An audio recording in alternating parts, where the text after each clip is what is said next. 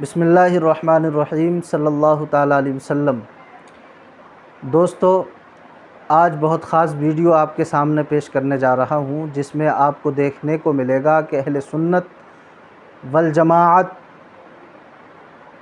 اور دیگر باطل فرقوں کے درمیان ایک مناظرہ، آپ کو تاریخی مناظرہ دیکھنے کو ملے گا۔ اس مناظرے میں اہل سنت والجماعت کی طرف سے دو نمائندے، دو شہزادے، تاج الفقہا خلیفہ تاج الشریعہ حضرت علامہ مولانا مفتی محمد اختر حسین علیمی صاحب قبلہ اور انہی کے شاگرد رشید حضرت علامہ مولانا مفتی شہزاد عالم مصباحی صاحب قبلہ، یہ دونوں کرناٹکا کی سرزمین پر میدان میں اترے اور روافض کو منہ توڑ انہوں نے جواب دیا۔ حضرت امیر معاویہ رضی اللہ تعالیٰ عنہ کے جو باغی ہیں، ان کے منہ پہ وہ تماچا اہل سنت کی طرف سے پڑا ہے کہ آئندہ کبھی بھی وہ مناظرے کے لیے تیار نہیں ہوں گے۔ آپ کو اس ویڈیو میں یہ بھی معلوم پڑے گا کہ کیسے کیسے جاہل علماء کا لبادہ اوڑھے مارکیٹ میں پھر رہے ہیں، اور ان سے بچنے کی، احتیاط کرنے کی بہت ضرورت ہے۔ ان سے بچیں اور اپنے ایمان کو بھی بچائیں، اور اس جماعت کے ساتھ جڑ جائیں کہ جس جماعت کی گواہی قرآن بھی دے رہا ہے، جس کے حق ہونے کی دلیل قرآن میں بھی ہے، حدیث میں بھی ہے۔ اللہ تبارک و تعالیٰ نے قرآن پاک میں فرمایا، یوم تبیض وجوہ وتسود وجوہ، قیامت کے دن ایک گروہ وہ ہوگا کہ جس کا چہرہ چمکتا ہوگا، اور ایک گروہ وہ ہوگا کہ جس کا چہرہ کالا پڑ چکا ہوگا، مرجھا جائے گا۔ کہ یوم تبیض وجوہ، کہ وہ جماعت جس کا چہرہ قیامت کے دن چمکے گا۔ تفسیر آپ نے کی ہے ای اہل سنت والجماعہ، وہ اہل سنت والجماعت ہے جس کا چہرہ قیامت کے دن چمکتا ہوگا۔ اور الحمدللہ اہل سنت والجماعت ہر میدان میں کامیاب رہی ہے، اور انشاءاللہ قیامت تک کوئی مد مقابل ایسا نہیں ہے جو اہل سنت کا مقابلہ کر سکے۔ تو آپ پہلے ویڈیو دیکھیں، اس کے بعد اہل سنت کے ان علماء کے لیے ان کے حق میں دعا کریں، اللہ انہیں سلامت رکھے، اور ایسے ہی ہر میدان میں انہیں استقامت اور جبر کے ساتھ دین حق کو بچانے اور دین حق کو پھیلانے کی اللہ انہیں وہ توفیق دے اور ان سے دین کا کام لے۔ روشنی میں طے کریں گے، چونکہ یہ دوسری بھی تحریر آپ کی میرے پاس موجود ہے، لہٰذا ہم اس تحریر سے الگ نہیں ہو سکتے۔ اسی کی روشنی میں گفتگو ہوگی، اور اس میں آپ نے بہت تفصیل سے یہ لکھا ہے، مناظرہ عالمانہ انداز پر ہو، عامیانہ انداز پر نہ ہو۔ تو عالمانہ کا مطلب کیا ہے؟ جو اصول ہیں کتابوں میں، جو اصول متعین ہیں، ان کی روشنی میں ہوگا۔ آپ نے خود اس کو لکھا ہے۔ پھر آگے آپ نے یہ بھی لکھا ہے کہ نرمی اور محبت اور پیار کے ساتھ ہو، سخت لب و لہجہ نہ ہو۔ یہ خود آپ نے اس کے اندر تحریر کیا ہے، اور دونوں فریق نے اس کو مانا ہے۔ تو عالمانہ انداز پہ مناظرے کا مطلب یہ نہیں ہوتا ہے کہ آپ کے سامنے اگر ہم نے کوئی بات رکھی ہے تو آپ اس کو یوں ہی نظر انداز کر دیں۔ آپ کو میں نے اصول مناظرہ کی جو کتاب پڑھی اور پڑھائی جاتی ہے، اپنے گھر کی بات نہیں کہی تھی، میں نے سب کو سنانے کے لیے کہا تھا تاکہ سب لوگ جان لیں۔ میں اگر اپنی طرف سے اسے پڑھ کے سناتا تو ممکن ہے کہ کسی کے ذہن میں یہ بات آتی کہ یہ اپنی طرف سے کچھ کہہ رہے ہوں گے، اس لیے میں نے ان کے پاس کتاب رکھ دی۔ اب پھر میں ان سے گزارش کروں گا کہ آپ ناراض نہ ہوں، اس لیے کہ ہمیں اور آپ کو آپس میں کوئی ذاتی عداوت لے کر کے نہ آئے ہوئے، نہ یہ لے کر کے جانا ہے۔ احقاق حق مقصود ہے، اظہار درستگی کے لیے ہے۔ آپ سے میں پھر گزارش کروں گا کہ آپ نے جو مناظرہ کی بات کی، تینوں ذوات قدسیہ کے حوالے سے باقاعدہ رسول کریم صلی اللہ علیہ وسلم کے لیے لفظ پوری دنیا کے مسلمان استعمال کرتے ہیں تو مباہلہ بولتے ہیں، کہ رسول پاک نے مباہلے کی دعوت دی۔ آج تک کسی نے یہ نہیں کہا کہ رسول پاک نے ان سے مناظرہ کیا. میں تو قرآن کی بات کر رہا ہوں. قرآن کی روشنی میں بات عرض کرنا چاہوں گا. چونکہ شرط لگی ہوئی ہے کہ گفتگو عالمانہ انداز میں ہوگی، اس لیے شفیع صاحب پھر میں گزارش کروں گا اور اس کو یہ پڑھ کر کے لوگوں کو سنا دیں، تاکہ جو میں نے کہا ہے لوگوں کو اس پر اطمینان ہو جائے کہ مناظرہ کے لیے دونوں طرف کے لوگوں کا علم کے اعتبار سے ہم پلہ ہونا چاہیے. قرآن کریم میں جو کلمہ آیا ہوا ہے وہ آپ خود قرآن دیکھ لیں. کیا اس میں ثم نناظر کا لفظ ہے کہ ہم پھر مناظرہ کریں گے؟ نہیں. آپ اٹھا کر کے سورہ بقرہ دیکھ لیجیے. ثم نبتہل، سورہ آل عمران ہے. ثم نبتہل، پھر آؤ ہم مباہلہ کریں. تو مباہلے کا ذکر ہے، مناظرہ نہیں ہے. اور اگر آپ مباہلہ اور مناظرہ کو ایک سمجھتے ہیں تو یہ آپ کی سمجھ پہ ہو سکتی ہے، مگر علماء کی سمجھ نہیں ہو سکتی. مناظرہ الگ چیز ہے اور مباہلہ الگ چیز ہے. دونوں کو ایک نہیں کیا جا سکتا ہے. یہ قرآن و حدیث کی روشنی میں پوری دنیا کے مسلمانوں پر واضح ہے کہ رسول پاک نے عیسائیوں سے مناظرہ نہیں کیا تھا، مباہلہ کیا تھا، اور آپ نے اسے مناظرہ کہہ دیا. پھر میں شفیع صاحب آپ سے کہوں گا کہ یہ کتاب ان کے سامنے رکھ دیں، یہ پڑھ کر کے سب کو اس کا مطلب بتا دیں کہ آخر جو میں نے بات کہی ہے اپنی طرف سے کہی ہے یا کہ اصول کی روشنی میں نے عرض کیا ہے. میں اپنی طرف سے کچھ کہنے کے لیے نہیں آیا. نہ آپ میرے مخالف ہیں، نہ آپ میرے دشمن ہیں، نہ آپ میرے بھائی ہیں. دنیاوی اعتبار سے آپ سب لوگ یہاں کے رہنے والے ہیں، مجھے بلایا گیا ہے. بشرط ایمان ہم سب ایک ہیں. اسی نقطۂ ایمان پر ہم گفتگو کرنے کے لیے آئے ہوئے ہیں. ذاتی عناد مناظرہ کی راہ میں رکاوٹ ہے. آپ نے حضرت ابراہیم علیہ الصلوۃ والتسلیم، حضرت موسیٰ علیہ الصلوۃ والتسلیم، خود رسول پاک صلی اللہ علیہ وسلم کے بارے میں جو کہہ دیا، قرآن میں تو اس کا ثبوت نہیں ہے. قرآن کریم میں ثم نبتہل کا کلمہ ہے. میں نے عرض کیا تھا کہ دونوں طرف کے لوگوں کا علمی اعتبار سے ہم پلہ ہونا ضروری ہے. یہ بات میں ان کے ذریعہ اس لیے اب تک پہنچانا چاہتا ہوں تاکہ کوئی یہ نہ کہے کہ میں ڈینگ مار رہا ہوں. میں مستند بات آپ کے سامنے پیش کرنا چاہتا ہوں، اس لیے لے جائیے، وہ پڑھ کر کے سب کو بتائیں.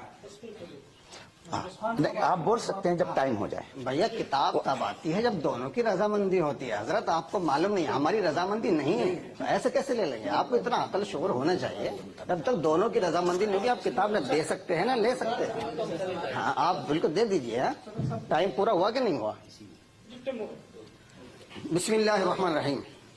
عزیزان ملت اسلامیہ، ہمارے فریق مخالف نے بڑی اچھی طریقے سے احسن انداز میں رخ کو موڑ دیا. میرا سوال تھا کہ آپ قرآن اور حدیث کی روشنی میں یہ ثابت کریں گے کہ مناظرے کے لیے یا مناظر کے لیے سند کا ہونا ضروری ہے. لیکن حضرت نے کوئی جواب نہیں دیا. نہ قرآن کی آیت پڑھی اور نہ ہی حدیث پڑھی. ہمارے لیے سب سے پہلے کتاب اللہ ہے، اس کے بعد کتاب رسول ہے، یعنی سنت رسول، سنت محمد مصطفیٰ صلی اللہ علیہ وسلم، حدیث رسول. تو نہ تو مفتی صاحب نے قرآن کے حوالے سے سند کا ذکر کیا اور نہ ہی حدیث کے حوالے سے سند کا ذکر کیا. ابھی لفظ یہ مناظرے پر بحث نہیں چل رہی. ہم بتائیں گے کہ اس کا جو ہے معنی کیا ہے، لغوی معنی کیا ہے، اصطلاحی معنی کیا ہے، کون سے باب سے ہے. ہمیں سب معلوم ہے، بتائیں گے. اس میں الجھانے کی کوشش نہ کریں آپ. دوسری بات یہ کہ آپ کہہ رہے تھے کہ فریق مخالف نے طول دے دیا. طول دیا ہے آپ نے. ہم تو بہت اختصار کے طور پہ بات کر رہے ہیں، بڑی سمجھداری سے بات کر رہے ہیں، اپنے زیادہ مواد کم لفظوں میں پیش کر رہے ہیں. اور آپ جو ہے نا طول پکڑ کے، آپ کی جو ہے نا کلام زیادہ ہے لیکن اس میں مواد نہیں ہے. ہمارا صرف ایک چھوٹا سا سوال تھا، قرآن اور حدیث سے سند کا ذکر دکھا دیں. کہ عالم کے لیے مناظرے کے لیے سند کا ہونا ضروری ہے. اور آقا علیہ الصلوۃ والسلام جو صحابہ کرام کو تبلیغ کے لیے بھیجتے تھے یا حضور صلی اللہ علیہ وسلم اپنے صحابہ کو جو سند عنایت فرماتے تھے, اور آپ نے حضور صلی اللہ علیہ وسلم کے مباہلے کا ذکر تو کر دیا, لیکن موسیٰ علیہ الصلوۃ والسلام نے جو فرعون سے کیا تھا وہ کیا تھا؟ اگر مناظرہ نہیں تھا تو پھر اس کو کیا کہیں گے, یہ تو کم سے کم بتائیں. ثم نبتہل قبلہ مفتی صاحب نے فرمایا, لیکن اس سے پہلے آیت کریمہ میں لفظ موجود ہے کہ یہ آیت فمن حاجک فیہ من بعد ما جاءک من العلم. جی قبلہ مفتی صاحب حاجکہ کی معنی واضح کریں. حاج کیا ہے؟ اسی طریقے سے حضرت ابراہیم علیہ السلام کے تعلق سے بھی قرآن مجید میں فرمایا الم تر الی الذی. یا تو آپ ایک منٹ نہیں, دونوں میں سے کوئی بھی بول سکتے, دونوں کی اجازت ہے, میرے معاون ہے, میرے وقت میں بولیں گے, ٹائم ہے بھی. ہاں تو میرا سوال آپ سے صرف یہ ہے, ادھر ادھر نہیں, میں بھاگنے نہیں دوں گا. قرآن اور حدیث سے ثابت کریں کہ سند ضروری ہے, بس میرا یہ سوال ہے, دیگر کتب سے نہیں. بسم اللہ الرحمن الرحیم.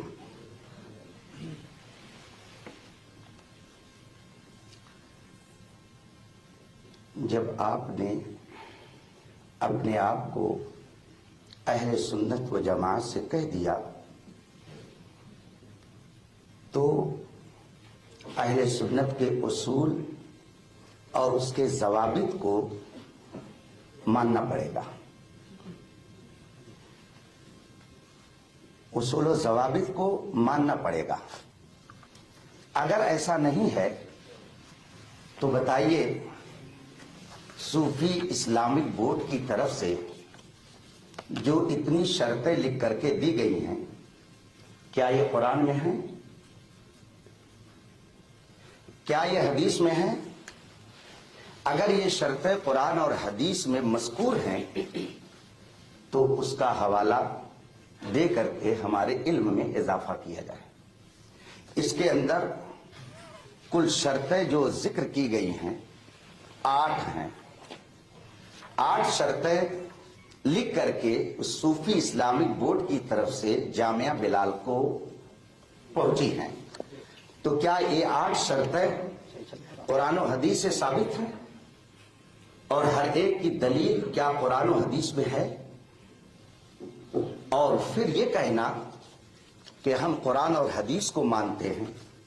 آپ کے بغل میں مصباحی عالم بیٹھے ہوئے ہیں, ان سے پوچھ لیجئے کیا شریعت اسلامیہ کی دلیل صرف 2 ہی ہے, قرآن اور حدیث؟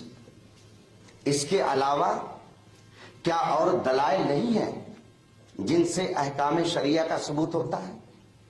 اگر مصباحی صاحب اس کو بیان کر دیں کہ نہیں ہم صرف 2 ہی دلیل مانتے ہیں, قرآن اور حدیث, تو پھر آگے اس پر بھی گفتگو ہو سکتی ہے.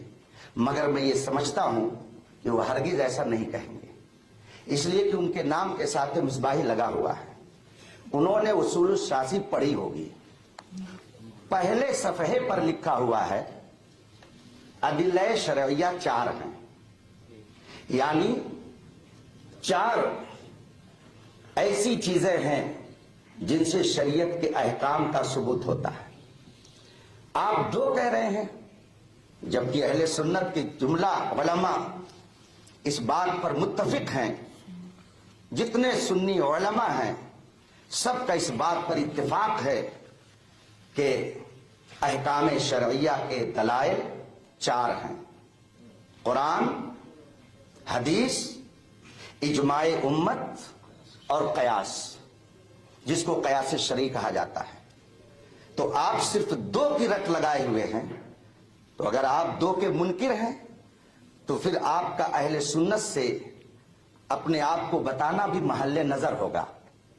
اس لیے یہ بات نہ کہی جائے کہ ہم صرف قرآن اور حدیث کی دلیل مانتے ہیں, ورنہ 8 شرطیں جو آپ کی طرف سے آئی ہیں ان کی آپ ہم کو دلیل دے دیجئے, ہم انشاءاللہ سند کے حوالے سے قرآن کریم اور احادیث طیبہ سے اس کی دلیل پیش کر دیں گے.